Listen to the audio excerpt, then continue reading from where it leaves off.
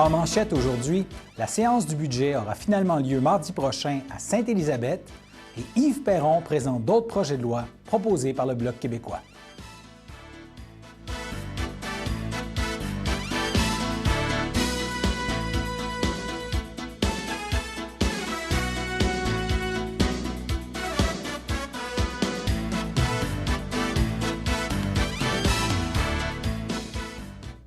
Alors bonjour mesdames, messieurs, mon nom est François Robert et bienvenue à votre bulletin d'information régionale du mercredi 4 mars. Alors, politique municipale d'abord, la nouvelle conseillère municipale élue lors d'une récente partielle à Sainte-Élisabeth, Josée Leclerc, a participé en début de semaine à sa première séance du conseil en tant qu'élue. Et nous l'avons rencontrée à Berthierville mardi et elle a accepté de commenter sa victoire et sa première assemblée municipale en tant qu'élue. On écoute l'entrevue qu'elle nous a accordée. Alors, Madame Leclerc, d'abord, félicitations pour votre élection. Est-ce que vous avez été surprise du résultat? Oui, en quelque part, oui, parce qu'on a fait une bonne campagne. J'avais toute une équipe de campagne. On a fait beaucoup. On a rencontré toute la population de Sainte-Élisabeth, chaque rang, chaque rue, chaque chemin. On est allé porte à porte pour livrer notre message. Je m'attendais à ce que les gens sortent, effectivement. C'est une partielle aussi. Il ne fallait pas avoir des attentes trop grandes. Mais je ne m'attendais pas à recueillir comme... je pense que j'ai eu 87% du scrutin. Donc, moi, on l'avait évalué à 60-70%. Alors ça, c'était la surprise, une victoire qui était assez percutante. Avec un taux de participation d'un peu plus de 30%, je crois. Exactement, oui. Alors, pour une partielle, est-ce que c'est bon? En tout cas, moi, je suis contente. Les gens sont sortis. C'est pas non plus un poste de maire, hein? C'est un poste de conseiller. Donc, il fallait qu'on s'attende à avoir...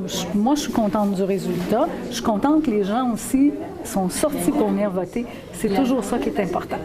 Et comment s'est passée votre première rencontre avec les autres conseillers et le maire et la première séance de conseil municipal à laquelle vous avez pu participer en tant que conseillère élue? Alors, j'ai été assermentée jeudi dernier, donc c'est tout nouveau. Alors, c'est bien sûr que j'ai eu une formation, une orientation, puis que je vais continuer ma formation parce qu'on n'apprend pas toutes les lois et tout à devenir conseiller magiquement parce qu'on a été élu. Mais la première réunion a eu lieu hier soir, ça s'est très, très bien passé. C'est un domaine que je vous ai dit que je connaissais parce que j'ai œuvré pendant 30 quelques années dans le réseau public, finalement. Donc, je pense que, on m'a très bien accueilli autour de la table. La population était là en grand nombre aussi hier soir. Puis le conseil s'est très, très bien déroulé. On a eu, je pense, c'est 14-15 points à l'ordre du jour et on a pu passer à travers l'ordre du jour aisément en à peu près 1h30. Donc, je suis contente. Des faits saillants de cette rencontre d'hier soir? Il y a une question de budget, hein, parce qu'on sait que la municipalité n'a pas encore adopté son budget. Donc, le maire Bérard nous convie pour mardi prochain, le 10 mars, pour une session extraordinaire, une réunion extraordinaire qui va porter seulement sur l'adoption du budget. Donc, on avance. Aussi, on a résolu de favoriser un programme de rénovation pour les maisons patrimoniales. Parce qu'à Sainte-Élisabeth, 41% du patrimoine bâti est patrimonial. Donc, on veut quand même donner l'opportunité, valoriser ça, puis donner l'opportunité aux résidences, aux gens du résidentiel, de pouvoir rénover leur maison dans le respect de cet esprit patrimonial-là. C'est une des richesses de Sainte-Élisabeth, puis on veut la mettre en valeur. Et est-ce que vous pensez que votre arrivée va changer la dynamique au sein du conseil, qu'il sera plus facile, par exemple, pour le maire d'avoir des majorités lorsqu'il présente des projets? Bien, c'est l'avenir qui va nous le dire, hein? Je ne peux pas vous dire si ça va être plus facile. Moi, je l'espère. c'est ce que je pense que je peux faire une différence, de par mon expérience, de par mon réseautage, mon réseau, puis de par mes connaissances aussi. Alors ça, j'espère qu'on va arriver effectivement à peut-être dénouer certaines incompréhensions qui existent au sein des membres du Conseil. En tout cas, moi, je me donne ce rôle de facilitateur pour que les décisions se prennent plus facilement, plus aisément. On peut peut-être rappeler la fameuse Assemblée du budget. C'est quand, à quelle heure, à quel endroit? Mardi prochain, au Centre Primevert. Je ne pourrais pas vous dire l'adresse exactement, mais c'est à côté du presbytère. C'est l'ancienne école, l'école Primevert, qui était anciennement l'école des garçons. Alors, c'est à 19h30. Alors, bienvenue à toute la population. Et là, on va enfin pouvoir adopter notre budget. On est content. Alors, pour ceux qui ne pourront assister à la séance d'adoption du budget de Sainte-Élisabeth la semaine prochaine, nous ferons bien sûr un suivi sur ce sujet au cours de nos bulletins de la semaine prochaine. Politique fédérale maintenant. Lors de son plus récent passage dans nos studios vendredi en fin d'après-midi, le député de Berthier-Masquinongé, la Chambre des communes, Yves Perron, nous a parlé du projet de loi pour mieux protéger la gestion de l'offre lors de futures négociations de libre-échange avec d'autres pays. C'est l'extrait que nous avons diffusé lundi, mais nous avons aussi discuté avec lui d'autres projets de loi que le Bloc compte déposer durant cette session parlementaire. Alors, on écoute notre échange à ce sujet. Et c'est pas le seul projet de loi que le Bloc compte déposer sous peu. Il y en a un, entre autres, sur le retrait de la loi sur le multiculturalisme pour le Québec. Ça, vous pensez vraiment que ça pourrait être adopté? Ça, c'est très difficile. Oui. Mais c'était plus une lutte symbolique qu'on mène. Mais tu sais, si on le fait pas, le débat, si on ne fait pas la prise de conscience, en même temps, ça n'enlèvera rien au Canada anglais. Ça leur coûte rien, ça leur enlève rien. Ça nous laisse juste l'autonomie d'appliquer notre modèle d'intégration culturelle. Ça, c'est un peu technique. Nous, on parle ici plus d'interculturalisme. Ouais. Les gens gardent leur culture pareil, tout ça, mais c'est l'idée de se définir une culture commune, puis sur des principes de base. La loi 21, vous avez vu, une autre de nos réalisations, en guillemets, le mérite ne revient pas qu'à nous, mais on a vu dans les médias, il y a quelques semaines, la Commission scolaire English Montréal recevait 125 000 $ du fédéral pour poursuivre le gouvernement du Québec en cours, pour contester la loi sur la laïcité. C'est une affaire qui n'a pas de bon sens, parce que les citoyens de Berthier-Masquinongé voient leurs taxes et leurs impôts servir à lutter contre leur gouvernement légitimement élu, qui a voté une loi qui est approuvée par plus de 70 % des gens. On a bombardé là-dessus pendant la période de questions pendant 2 jours d'affilée, puis après la deuxième journée, comme par hasard, la Commission scolaire English Montréal a renoncé aux sommes. Ça, quand ça arrive, je vais vous faire une confidence, c'est des moments qui sont quand même assez grisants. Puis là, on s'est demandé, OK, si on n'avait pas été là, il se passait quoi? Poser la question, je pense que c'est y répondre, du moins en partie. Alors, c'est à ça qu'on sert. Puis là, je reviens sur le multiculturalisme parce que je m'écarte. Oui. Mais il y a un lien quand même entre les deux. C'est qu'au Québec, c'est différents principes de vie.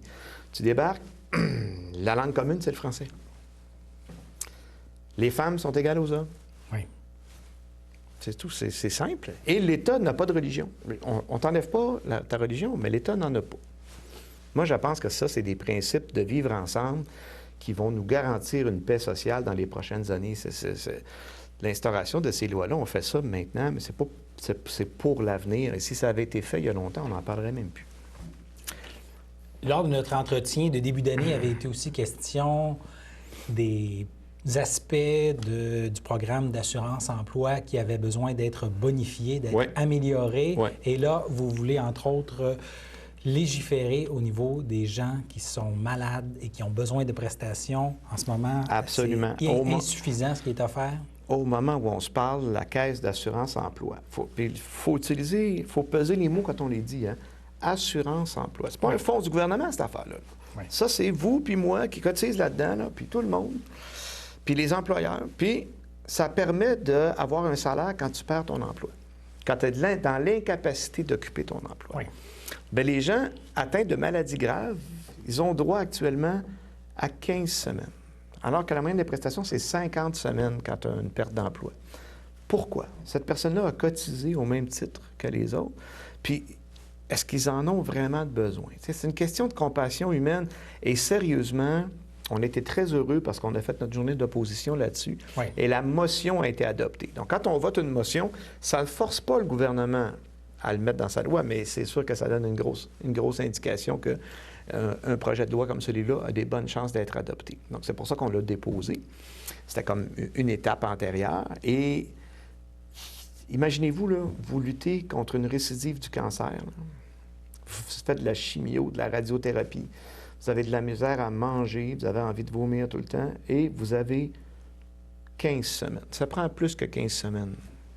Ça prend plus que 15 semaines. Même 50 semaines, c'est pas beaucoup.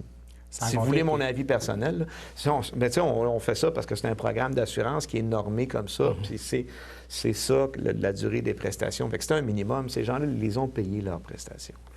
Sans compter qu'une personne qui est malade peut avoir aussi beaucoup de dépenses liées à ça, en médicaments, en voyage à l'hôpital, etc. Absolument. Puis il n'a surtout pas l'énergie d'aller travailler. C'est ce qu'il faut comprendre. Je pense que c'est une mesure sociale qui est très décente et qui ne coûte rien à l'État. Ça, c'est important de l'expliquer aux gens. C'est une caisse d'assurance-emploi. Donc, c'est des sommes qui sont... Bon, il est arrivé souvent que le gouvernement aille chercher de l'argent dedans. Ouais. C'est ce qu'on a toujours condamné, qu'on condamnera toujours, mais à l'heure où on se parle, il y a 4 milliards de surplus. Ça ne coûtera pas une scène. Il n'y a pas de raison. On espère que ça va passer. Je saisis la balle au bon. Lorsqu'on avait parlé en janvier, vous m'aviez dit que vous pensiez aussi peut-être tenter de légiférer pour empêcher le gouvernement à l'avenir de piger dans la caisse d'assurance-emploi pour équilibrer son budget. Ça, est-ce que ça serait une un peu bonne plus idée. Tard, vous allez préparer un projet de loi pour ça? Les possibilités sont là. Oui. Et nous passons maintenant à notre première pause. Mon nom complet, c'est Christine, ça c'est le prénom. Et mon nom de famille, c'est Ningon Guéma. Je ne suis pas femme de ménage. Donc, j'ai une formation de préposé axée sur la sécurité. C'est-à-dire, je fais de l'accompagnement à quelqu'un qui est un début d'Alzheimer. Je dois savoir, avant d'arriver chez eux, la coordinatrice me donne le feedback. La personne est C. Tu dois faire attention à C. C'est pas ça, femme de ménage, c'est plus que femme de ménage. Mais il faut d'abord que tu aimes ce que tu vas faire. Si tu n'aimes pas ce que tu vas faire, tu n'as pas de place. Moi, je pense qu'être préposé, c'est comme être avocat, c'est comme être médecin. C'est un métier comme un autre, mais il faut l'aimer.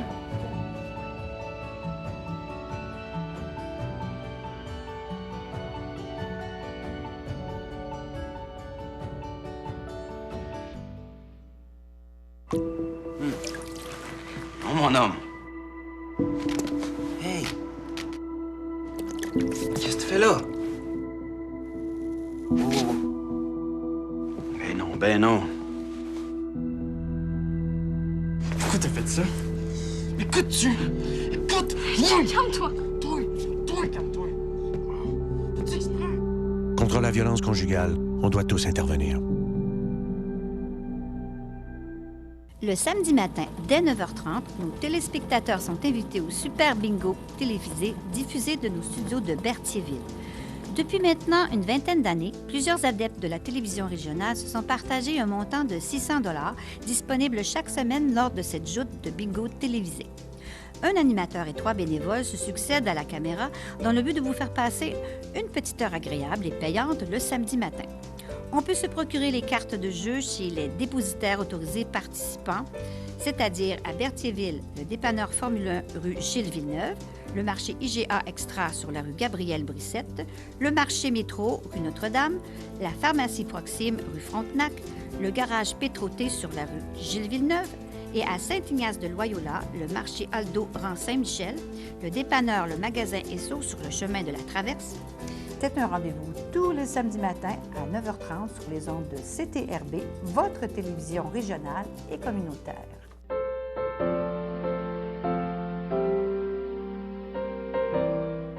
Alors, au chapitre des anniversaires pour ce mercredi 4 mars, la FADOC de l'Île-du-Pas souligne l'anniversaire de Denise Latour. Alors, c'était les anniversaires du jour. Sécurité et prévention maintenant. Le changement d'heure s'en vient dans la nuit du 7 au 8 mars, c'est en fin de semaine. Et le service de sécurité incendie de la MRC de Dautrey vous invite à profiter de cette occasion pour vérifier votre avertisseur de fumée ainsi que de faire le changement de pile. Il est important d'utiliser une pile de bonne qualité et de ne jamais utiliser une pile rechargeable pour alimenter votre avertisseur de fumée. Le service de sécurité incendie de la MRC de Dautrey vous rappelle qu'il est obligatoire d'avoir un avertisseur de fumée fonctionnel à chaque étage, y compris le sous-sol. Et n'oubliez pas, ce dispositif peut vous sauver la vie. Et pour vérifier votre avertisseur de fumée, eh bien, il suffit d'appuyer quelques secondes sur le bouton « Test » afin que le signal sonore se déclenche. Et n'oubliez pas de vérifier également la date sur l'avertisseur de fumée, car il est obligatoire de changer s'il a plus de 10 ans. Alors, un petit conseil de sécurité, c'est bon de se le rappeler à chaque changement d'heure. Parlons maintenant du groupe d'entraide en toute amitié qui offre une large variété de services pour ses membres. Alors, si vous avez besoin de lunettes, il y a le bonhomme à lunettes qui pourrait vous aider. Ma collègue Danielle Yvon en a discuté avec Julie Tétrault du groupe Entraide en toute amitié. On écoute la petite entrevue qu'elle a accordée. Merci beaucoup, Julie, de venir nous rencontrer ici. Julie, qui est la coordonnatrice pour le groupe d'entraide en toute amitié. Oui. Julie, vous donnez tellement de services. On pourrait passer des jours, je pense, à parler de qu'est-ce que vous faites. Mais une belle initiative, je trouve, c'est le bonhomme à lunettes. C'est vrai que ça coûte cher maintenant d'acheter des lunettes. Puis ça fait, quand tu me parlais tantôt d'employabilité, de retour en emploi, puis tout ça, souvent, c'est des obstacles. Hein? On n'a plus les bons verres. Ça fait longtemps qu'on ne s'est pas fait ajuster notre vue. Puis ça nous crée des barrières. Bien, c'est ça, dans le fond, ce qui est bien avec le bonhomme à lunettes, c'est que vous allez avoir des lunettes selon votre budget. Hein?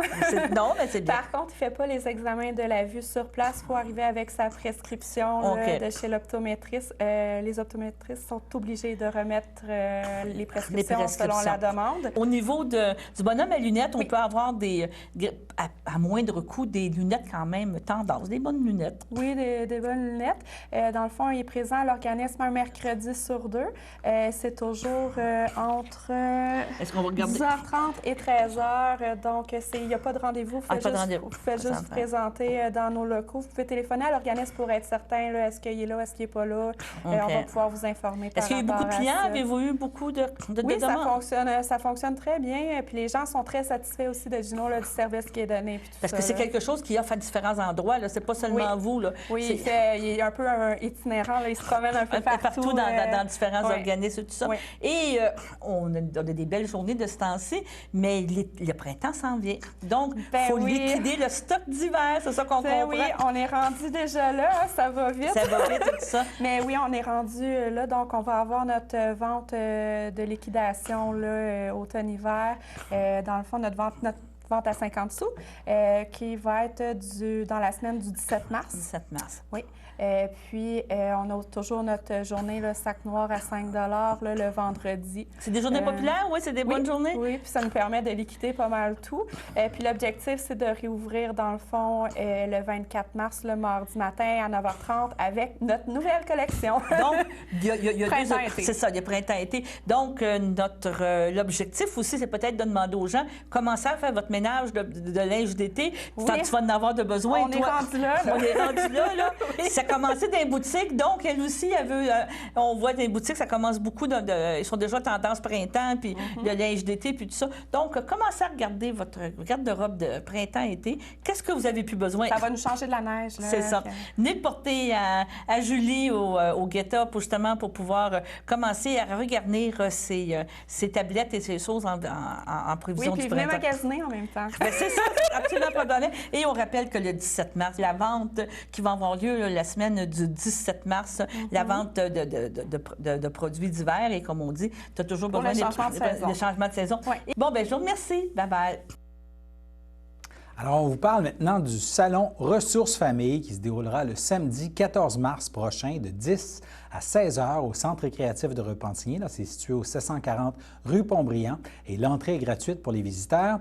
Et cette année, eh bien, il y a la femme du premier ministre François Legault, Isabelle Bray, dont on peut voir la photo maintenant à l'écran, qui a accepté d'être la présidente d'honneur de l'événement qui en est à sa 3e édition. Alors, routine, devoirs, activités, loisirs, apprentissage, maladies, bref, ce sont de nombreux sujets qui préoccupent préoccupe les familles qui seront abordées. Et cette troisième édition, eh bien, ça s'adresse à toutes les familles qui ont un ou plusieurs enfants âgés entre 0 et 12 ans. Et sur place, les visiteurs pourront découvrir sous un même toit une trentaine d'exposants en provenance de Repentigny, mais aussi de toute la grande région de la Naudière. Alors, nous passons maintenant à notre seconde pause. Oh, mon homme. Hey! Qu'est-ce que tu fais là? Oh. Ben non, ben non. Pourquoi t'as fait ça? Écoute-tu? Écoute! Calme-toi! Toi, calme-toi. T'as-tu exprès? Contre la violence conjugale, on doit tous intervenir. La Victoire de l'amour fête ses 25 ans et CTRB vous convie à un merveilleux spectacle auquel participeront des artistes comme Natacha Saint-Pierre, Mélissa Bédard, Sœur Angèle, Marcia Pilote et plusieurs autres artistes talentueux. Le tout aura lieu le 6 juin prochain en après-midi à la salle Maurice Aubrédy de Sherbrooke.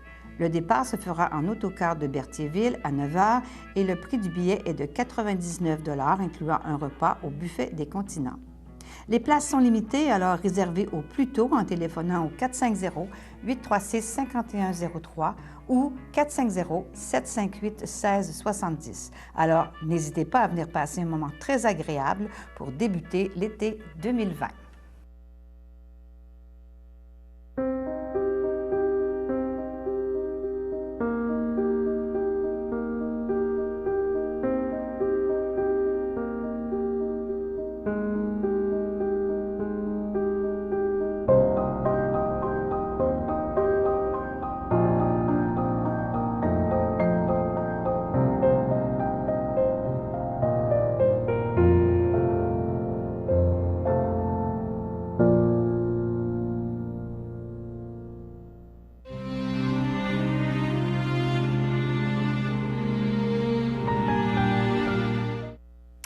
Alors, à l'hôpital Sainte-Justine de Montréal, le 16 février, à l'âge de 18 ans, est décédée Annie-Claude Mondor, fille de Nancy Ferland et de Patrick Mondor, demeurant à Saint-Gabriel de Brandon. Elle laisse dans le deuil, outre ses parents, son frère Alexandre Mondor, sa grand-mère maternelle Louise Guénette, feu Réginald Ferland, de même que ses grands-parents paternels Michel Gravel et Roland Mondor, ses oncles, tantes, neveux, nièces, autres parents et plusieurs amis, ainsi que sa deuxième famille de l'hôpital Sainte-Justine depuis près de 14 ans. La famille accueillera parents et amis le vendredi 6 mars de 19 à 22 h et le samedi dès 11 h au complexe funéraire F. Thériault du 741 rue Notre-Dame à Berthierville et suivra un hommage à la vie qui sera célébré à la chapelle du complexe samedi à compter de 14h30. À Joliette, le 23 février, à l'âge de 72 ans, est décédé M. Serge Saint-Pierre, conjoint de Claire Paradis de Saint-Gabriel de Brandon. Il laisse dans le deuil, outre son épouse, son fils Éric Saint-Pierre et sa conjointe Karine Lamarre, ses petits-enfants Louis et Charlotte, ses frères, ses sœurs, beaux-frères et belles-sœurs, Éloi Saint-Pierre et sa conjointe Carmen Lambert, Robert Saint-Pierre et sa conjointe Micheline Turcotte, Yves Saint-Pierre et sa conjointe Danielle Lambert, Louise Saint-Pierre, feu Normand Gilbert, Francine Saint-Pierre, Danielle Saint-Pierre et sa conjointe Jeanne Lambert, Gilles Saint-Pierre et sa conjointe Linda Allary, Pierre Paradis et sa conjointe Colette Desalliés, Lisette Paradis et son conjoint Alain Geoffroy, Michel Paradis et sa conjointe Jeanne Desjardins, ainsi que plusieurs neveux, nièces et autres parents et amis. La famille vous accueillera le dimanche 8 mars dès 9 h au 641 rue Notre-Dame à Berthierville, où une cérémonie aura lieu le jour même à 11h30 en la chapelle du complexe. À son domicile, le 24 février, à l'âge de 64 ans, est décédée Mme Jocelyne Lassalle, épouse de Guy Lévy, demeurant à Joliette. Elle laisse dans le deuil, outre son époux, ses enfants, José Pilon et son conjoint Stéphane Robillard, Ghislain Pilon et sa conjointe Mélanie Gervais, Mélanie Pilon et son conjoint Kevin Lane, Fanny Lévy et son conjoint François Robillard, Manuel Lévy et sa conjointe Emmanuela Robillard, de même que ses petits-enfants Zoé et Zach Robillard, Charles, Mélodie, Guillaume et Marielle Pilon, de même que ses arrière-petits-enfants Hugo et Amy Lane, Joémie, Olivier et Delphée Robillard, ses frères et leurs conjointes, Charles Lassalle et sa conjointe Sonia Maric, Michel Lassalle et sa conjointe Martine Bellé, Robert Lassalle, Claude Lassalle et sa conjointe Sylvie Robillard, Mario Lassalle et sa conjointe Céline Grégo, ses beaux-frères et sa belle-sœur, Mario, Sylvain, Alain et Guylaine Lévy, de même que ses tantes, son oncle, ainsi que plusieurs neveux, nièces et autres parents et amis. La famille vous accueillera le samedi 14 mars dès 10h30 au complexe funéraire F. Thériault du 741 rue Notre-Dame à Berthierville et suivra une liturgie à la chapelle du complexe à compter de 14h30.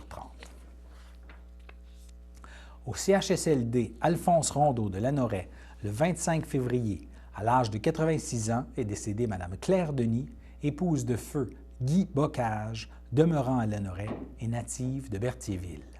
Elle laisse dans le deuil ses enfants, Christiane Bocage, Carole Bocage et son conjoint Gaston Barrette, Gilles Bocage, de même que ses petits-enfants, Frédéric et sa conjointe Joanie Laprade, Alexandre, Olivier et sa conjointe Sophie Gervais, ses arrière-petits-fils Samuel et Ludovic, son frère Bernard Denis et sa sœur Danielle Denis, ainsi que plusieurs neveux, nièces et autres parents et amis.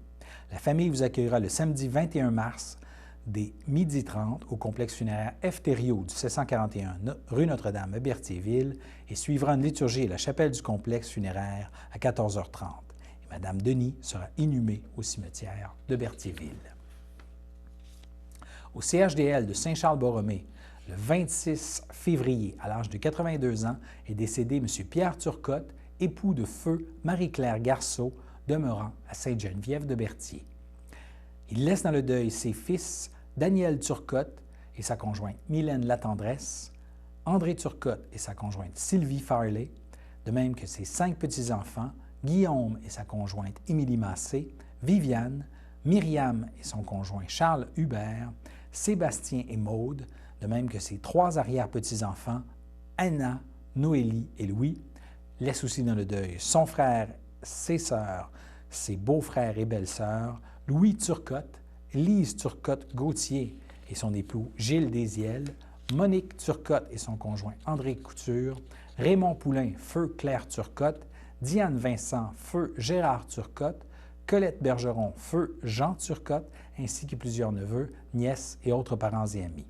La famille accueillera parents et amis le samedi 14 mars dès 13h en l'église de Sainte-Geneviève où suivront les funérailles à 14h. Et M. Turcotte sera inhumé au cimetière de Berthier à une date ultérieure. Et nous passons maintenant à la météo.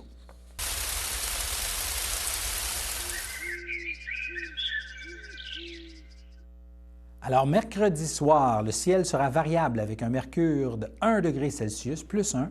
Dans la nuit de mercredi à jeudi, ce sera généralement dégagé avec un mercure de moins 4. Jeudi matin, ce sera généralement ensoleillé avec un mercure de moins 3. Et jeudi après-midi, ce sera plutôt chaud et ensoleillé avec un mercure de plus 4. Alors voilà, c'était vos informations sur les ondes de CTRB. Revenez-nous demain pour un autre bulletin d'informations régionale de la magnifique région de Berthier. Merci beaucoup. Excellente fin de journée.